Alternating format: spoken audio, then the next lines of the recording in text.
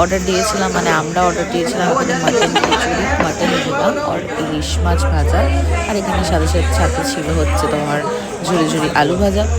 তো মাটন খিচুড়িটা হচ্ছে প্যানিশিয়া হোটেলের সিগনেচার ডিশ। তোমরা যারা প্যানিশিয়াতে যাও তারা সবাই বুঝতেই পারছো।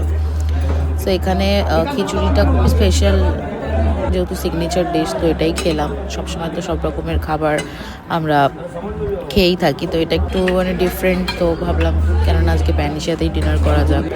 তো এখানে খেয়ে বেশ খাবারটা দেখতে তো সুন্দরই লাগছিলো, আর খেলাম যখন তখন তো মজাই এসে গেল।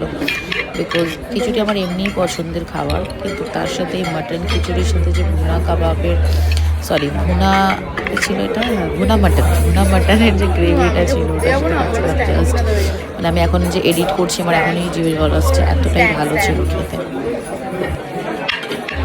এখানে আমি বাবাইকে বলছিলাম যে আমাকে একটা স্ট্যান্ড কিনে দিতে, কারণ আমি রিসেন্টলি একটা জায়গায় ঘুরতে যাচ্ছি। তো কোথায় যাচ্ছি কী যাচ্ছি সব কিছুই তোমরা ব্লগের মাধ্যমে দেখতেই পারবে, তার জন্য আমার ব্লগে নজর রাখতে হবে তোমাদেরকে।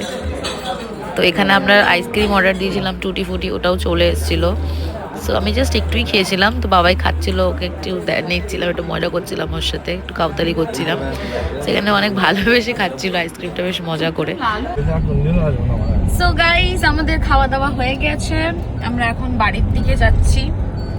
সো খাবার অনেক ভালোই ছিল, ঠিক আছে, ভালো খেলাম, ভালো খাবার দাবার, কিন্তু অনেক এক্সপেন্সিভ প্যানিশিয়া, তোমরা ভালো মতোই জানো। তো এখন আমরা খেয়ে ফিয়ে সব বাড়ির দিকে রওনা দিচ্ছি, গিয়ে এবার ঘুমিয়ে পড়বো। তো দেখা হচ্ছে নেক্সট কোনো ব্লগে। Tata, lots of love.